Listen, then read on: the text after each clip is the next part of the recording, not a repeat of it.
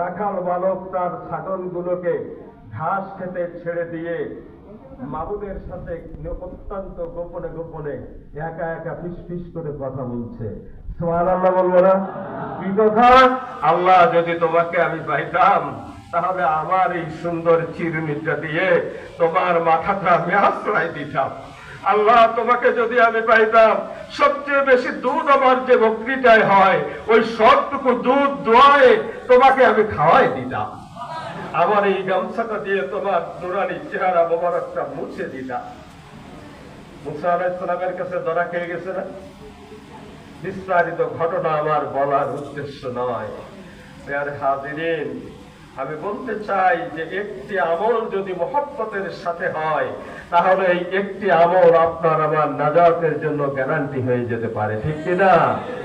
আমি তো মনে করি আজকে এখানে মেশক আম্বরের যে সুঘ্রাণ বয়ে যাচ্ছে, এই বাজারের এই উঁচু উঁচু জায়গায় যারা বসে বসে ব্যবসা বাণিজ্য করেন, আল্লাহ রাব্বুল আলামিন আজকে এই ব্যবসা বাণিজ্যের দুর্গন্ধময় জায়গাটাকে জান্নাতের বাগানে পরিণত করার কারণে আল্লাহ তাআলা যেন আমাদের নামটা জাহান্নামের খাতা থেকে কর্তন করে দেন। সবাই বলি আমিন। আল্লাহ পারে কি পারে না? পারে কি পারে না? যদি নিয়তের খুলুসিয়াত থাকে আর রাসূলের মহব্বত হৃদয়ের মধ্যে থাকে তাহলে এটা সম্ভব। সম্মানিত হাজিরিন, একটি কথা মনে পড়ে গেল, সেই কথাটা বলে আমি মূল কথা শুরু করতে চাই। বিরক্ত হবেন আপনারা? উঠে যাবেন? আমাদের সুরেলা বক্তা আমার পরে আছে, ঠিক কিনা? আমি ব্যক্তিগতভাবে অসুস্থ মানুষ, তারপরেও বিলম্ব হলেও আপনাদেরকে কষ্ট দিয়েছি। আল্লাহর ওয়াস্তে আমি আপনাদের কাছে ক্ষমা চাই। আল্লাহ তাআলা যেন আমার অনিচ্ছাকৃত এই ত্রুটিকে মাফ করে দেন, আর আপনাদের কাছেও আমি ক্ষমা চাই। দেখেন, আল্লাহর রাসূলের অস্তিত্বকে, আল্লাহর রাসূল যে হায়াতুন নবী, তিনি যে ওই কবরের মধ্যে রাউযাতুম মিন রিয়াদিল জান্নাহ মসজিদে নববীর ওই সবুজ গম্বুজের নিচে তিনি শুয়ে আছেন বলে মৃত আছেন তা নয়, তিনি অবশ্যই সেখানে জীবিত আছেন। সবাই বলি সুবহানাল্লাহ। যে যত ধরনের ফতোয়া দিক না কেন, আজকে আমরা যে দরুদ পড়েছি এ দরুদ নিয়েও ফতোয়া শুরু হয়ে গেছে। শুরু হয়ে গেছে কিনা?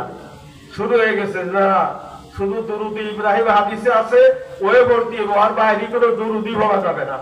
আমি আমার নবীর পরে কি করে দরুদ পড়বো তাকে তোমাকে কাছে শুনে পড়বো? আমি শেষ রাতে উঠে আমার রাসূলকে সালাম দেব, আমার রাসূলের একটা কারা আমার সামনে থাকবে, আমি সেই কারাকে দেখে দেখে আমি আমার রাসূলকে সালাম দেব, আমি আমার মুখ দ্বারা আল্লাহ রাসূলের পদ যুগলে আমি চুম্বন করব। এতে তো তোমার কোনো সমস্যা নাই। তোমাকে তো আমি এটা করতে বলছি না, বলতেছি না। মসজিদে নববীতে হাজির, মসজিদে নববী ভাইজান জানবেন যে সাইডে মসজিদে নববীর বাউন্ডারির যে সাইডে ওই যে মিউজিয়াম জাদুঘরটা, কৃত্রিম উপায়ে একটা জাদুঘর বানিয়ে রাখা হয়েছে। সেখানে ছদ্ম নামের সাহাবীদের ছবি টবি ইত্যাদি দেখা যায়। ওর কেবল বাহিরে এক লোক খেজুর বিক্রি করতেছে, পাকিস্তানি মানুষ। সুবহানাল্লাহ বলি। খেজুর বিক্রি করে আর বলে আজওয়া আজওয়া আজওয়া, মানে আজওয়া খেজুর হলো মদিনা শরীফের সবচেয়ে ব্র্যান্ডের খেজুর। ব্র্যান্ডের বলছেন তো, এক নাম্বার ভালো খেজুর। তো ওই আজওয়া খেজুর এইগুলোর যে বাছাই ছোট ছোট গুলো, এইগুলো ও কোন জায়গা থেকে জোগাড় করে এনে বিক্রি করতেছে। তো দোকানে যে খেজুরের কেজি ওখানে 60 রিয়াল, সেখানে ও বিক্রি করতেছে মাত্র 20 রিয়াল। মানে সেই আজওয়া খেজুর হলো বড় আর এইগুলো হলো ছোট ছোট। এই খেজুর যখন বিক্রি করছে তখন অনেক লোক ভিড় করেছে ওর ওই ভ্যানের পরে খেজুর রাখা। আমি ওখানে দাঁড়িয়েছি। সুবহানাল্লাহ বলি সবাই। আল্লাহ রাব্বুল আলামিনের দরবারে শুকরিয়া ওয়ালা ফাকাত ওয়ালা কিবির, আল্লাহ তুমি আমাকে মাফ করে দিও, আমি গল্প বলার জন্য বলছি না, বরং তোমার হাবিব যে হায়াতুন নবী, তিনি যে তার রওজা মুবারকের মধ্যে কেঁদে কেঁদে কবরের মাটি কাদা করছেন আমাদের মতো গুনাহগার উম্মতদের জন্য, আমার প্রিয় ভাইদেরকে সেই কথা শোনানোর জন্যই বলছি। আমি ওই ভ্যানের পাশে দাঁড়িয়ে গেলাম, এক বাঙালি বলতেছে যে এই কি আজোয়া খেজুর, তুমি মিথ্যা বলছো। বলি নাউযুবিল্লাহ, তুমি মিথ্যা বলতেছ। সঙ্গে সঙ্গে প্রায় 6 ফুট 6.5 ফুট লম্বা পাকিস্তানি যুবক, তিনি আল্লাহ রসুলের রওজার দিকে ফিরে বলতেছে, ইয়া মোহাম্মদ, ইয়া মোহাম্মদ, মেরে ডাক শুনিয়ে, ও মোহাম্মদ আমার ডাক শোনো, तेरा एक उम्मत बांग्लादेश में है, वो मुझे झूठ बोलता है। সবাই বলি সুবহান আল্লাহ। তোমার বাংলাদেশ থেকে আগত একজন উম্মত, সে আমাকে মিথ্যাবাদী বলছে। ও মোহাম্মদ, মোহাম্মদ आप फैसला कीजिए, আমি মিথ্যা বলি নাই, কসম আল্লাহর, কসম তোমার, আমি মিথ্যা বলি নাই। মোহাম্মদ তুমি এর ফয়সালা করো। পাকিস্তানি লোকটার হৃদয়ের খবর কি আপনি আমি বুঝতে পারি। আমি আর ধৈর্য ধরতে পারিনি। বাংলাদেশি ওই মুরব্বী বয়সে আমার অনেক বড় হবে, যে এই ডাক আল্লাহ রসুলের রওজায় যদি পৌঁছে যায়, আল্লাহ রসুলের রওজায় যদি এই ডাক ফেরেশতারা পৌঁছে দেয়, বাবা তোমার হজ করতে এসে কোনো লাভ হবে না, তাড়াতাড়ি তুমি মুহাম্মদের এই পাগলের কাছে মাপ চাও। সবাই বলি সুবহানাল্লাহ। সঙ্গে সঙ্গে চাচাজি আমার তার পায়ের পরে পড়ে ক্ষমা চাইল, আর সেই ব্যক্তি হাউ হাউ করে কাঁদছে, ইয়া মোহাম্মদ মায়ে ভাইও কো মাফ कर दिया, আমি আমার এই ভাইকে মাফ করে দিয়েছি, তোমারা ফয়সালা না कीजिए, তুমি কোনো ফয়সালা তার ব্যাপারে করো না। সবাই বলি সুবহানাল্লাহ। এই জন্য ছোট্ট আমল, এই যে ডাকটা শুনলাম, ইয়া মোহাম্মদ, ইয়া মোহাম্মদ তেরে এক উম্মত মুঝে ঝুট বলতা है, তাহলে এই ব্যক্তি কি মোহাম্মদকে মৃত মনে করেছে না জীবিত মনে করেছে? হায়াতুন নবী মনে করেছে না? হায়াতুন নবী মনে করেছে। অতএব যেখানেই সুযোগ পাবো সেখানেই আমরা চেষ্টা করব ইনশাআল্লাহ মহব্বতের সাথে আল্লাহ রসুলের শানে দুরূদ পড়া।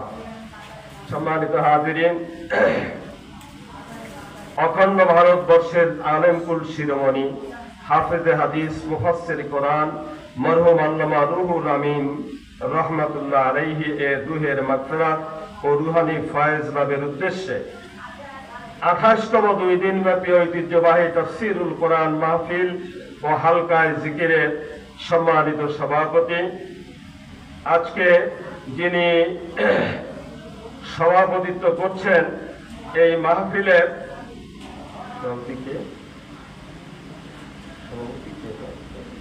আপনি নিজে না সভাপতিত্ব করছেন বাগেরহাটের জনপ্রিয় জননন্দিত আলেমে দ্বীন। সামনের পরে প্রশংসা করার দরকার নেই। আমার মনে আছে আমি তখন সবেমাত্র ফাতিলে পড়ি বা আলিমে পড়ি। সেই সময় আমি আমার শ্রদ্ধাভাজন মাওলানা শাহজাহান ভাইকে দাওয়াত দিয়ে আমার বাড়ির পাশে প্রাইমারি স্কুলের মাঠে ওয়াজ করাইছি 1983 সালে, সম্ভবত 82 থেকে 83 সালে।